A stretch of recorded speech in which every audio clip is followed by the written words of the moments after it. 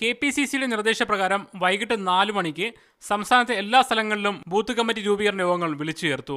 പ്രധാന നേതാക്കൾ അവരവരുടെ ബൂത്തുകളിലെ യോഗങ്ങളിൽ പങ്കെടുത്തു. KPCC president VM Sudheeran Thiruvananthapuram Kunnukuzhi വാർഡിലെ 140 നമ്പർ ബൂത്ത് കമ്മിറ്റിയിലെത്തി. ജനകീയ പ്രശ്നങ്ങൾ ഏറ്റെടുത്ത് മുന്നോട്ട് പോകാൻ പ്രവർത്തകരോട് സുധീരൻ ആഹ്വാനം ചെയ്തു.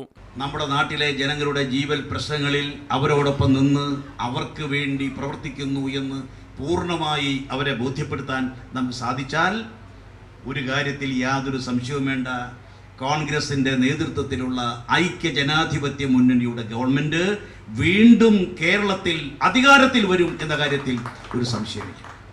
മുഖ്യമന്ത്രി ഉമ്മൻചാണ്ടി പുതുപ്പള്ളി പഞ്ചായത്തിലെ 111 നമ്പർ ബൂത്ത് യോഗത്തിലാണ് പങ്കെടുത്തത്. ആഭ്യന്തരമന്ത്രി രമേശ് ചെന്നിത്തലയുടെ സാന്നിധ്യത്തിലാണ് ചെന്നിത്തലയിലെ 122 ബൂത്ത് കമ്മിറ്റിയുടെ രൂപീകരണം നടന്നത്. ഗ്രൂപ്പിന് അതീതമായ VM സുധീരന്റെ പ്രവർത്തനത്തിലുള്ള അംഗീകാരമാണ് ബൂത്ത് കമ്മിറ്റി രൂപീകരണത്തിന്റെ വിജയമെന്ന് K മുരളീധരൻ MLA പറഞ്ഞു. ഗ്രൂപ്പിന് അതീതമായി പാർട്ടിയെ നയിക്കാൻ ശ്രീ VM സുധീരൻ നടത്തുന്ന ശ്രമങ്ങൾക്ക് ഇന്ന് കേരളത്തിലെ ബൂത്ത് കമ്മിറ്റികൾ അംഗീകാരം നൽകുക. മന്ത്രിമാർ, KPCC ഭാരവാഹികൾ ഉൾപ്പെടെ മറ്റു നേതാക്കളും വിവിധ സ്ഥലങ്ങളിൽ പങ്കെടുത്തു. ഇതോടെ കോൺഗ്രസ് പുനഃസംഘടനയുടെ ആദ്യപടി പൂർത്തിയായി. വിവിധ ബ്യൂറോകൾക്കൊപ്പം മീഡിയ 1 തിരുവനന്തപുരം.